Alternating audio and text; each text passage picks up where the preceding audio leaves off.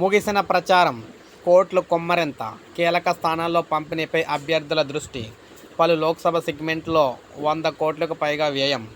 హైదరాబాద్ సమీపంలో ఓ లోక్సభ నియోజకవర్గంలో నోట్ల కొమ్మరెంతకు రంగం సిద్ధమైంది. అక్కడ హెమాహెమీలు తలపడుతూ ఉండటంతో ఓటుకు కనీసం 1000 పంచేందుకైతే అభ్యర్థులు రంగం సిద్ధం చేస్తున్నట్లు తెలుస్తుంది.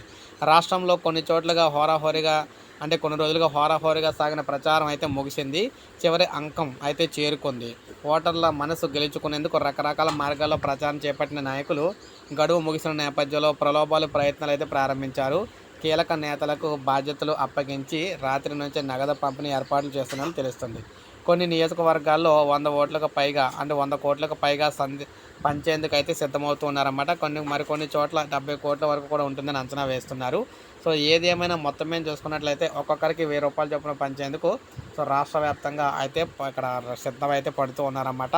సో మొత్తం మేము చూసుకుంటే ఈ రాత్రికి అందరికీ కూడా పంపిణీ అయితే చేస్తారని చెప్పేసి తెలుస్తుంది. సో కోట్ల కుమ్మరించబోతున్నారన్నమాట ఓటర్ల మీద. సో ఇది మనకి లేటెస్ట్ అప్డేట్ ఇప్పుడు వచ్చింది. ఒక లైక్ చేయండి, సబ్స్క్రైబ్ చేసుకోండి, మన ఛానల్ సబ్స్క్రైబ్ చేసుకోండి.